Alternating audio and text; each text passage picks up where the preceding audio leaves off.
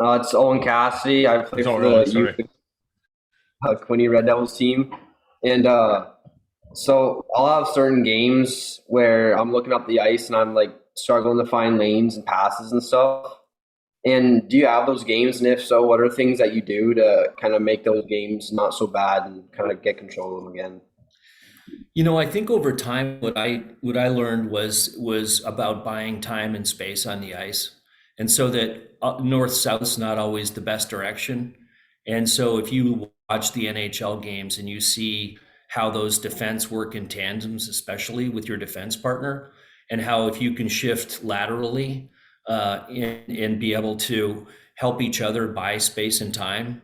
And I think one of the things that I'd see in youth hockey when I was coaching, I coached my son for a number of years, was that the defense always seemed to come up the ice and back down the ice, tandem. And it was sort of like, well, if the puck's if the strong side's to my right and I'm a right defenseman, I'm going to want to try to stand up the defender, the offense, the blue line, and then have my defense partner. If I'm going to stand somebody up, then he's going to filter in behind me and pick up the garbage. So if the puck gets poked in, he's picking it up. So I think sometimes that I find coaches like to try to split the ice in half. And I think that now players are learning a lot more about, you've got to be there to support your defense partner. And then also, so he doesn't have to try to make a direct pass. If you look even in the NHL, those direct passes that go trying to make a tape to tape pass, and guys are even coming up or backing up in the neutral zone, the offside guys got to drop back, and what it does is it gives a direct pass, but it also, more importantly, buys them space and time. And I think that, especially now, how quick the game is, and how fast things happen, is that the more time and space that you can buy, the more time you have to make a good decision.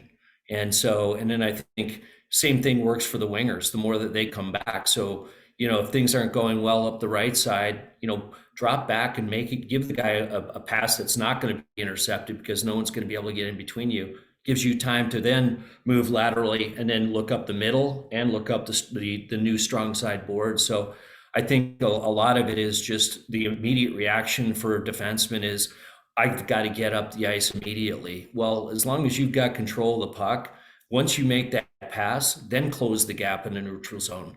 But also make sure that you've always got the ice cut in half. And I'm probably telling you a lot of things you already know, but I see it in the NHL, and there are things repetition breeds good habits, and thinking about those things.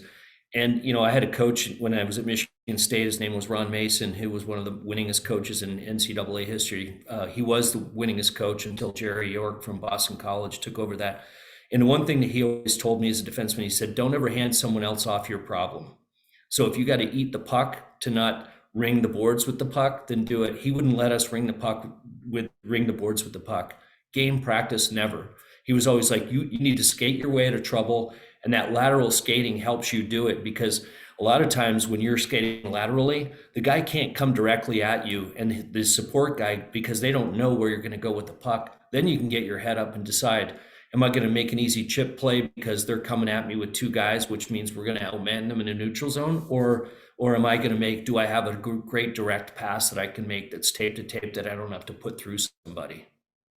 That's awesome. So, Owen, I apologize. I was calling you your dad's name. So give me the bad. But anyways.